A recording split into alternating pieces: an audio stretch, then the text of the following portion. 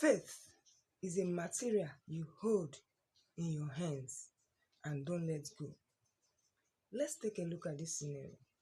In John chapter 2, verse 4, Jesus told Mary, "My hour is not yet come." So what did Mary do? Mary moved into action.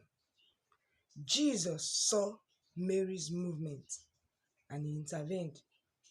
So in your walk with God, what move are you making? Jesus may not be here physically with us, but he lives on the inside of us. Faith is of the spirit. The believer is a spirit being. When you allow your faith to flow from the inside of you, you get your result physically. So allow your faith to flow. Walk in faith. God bless you.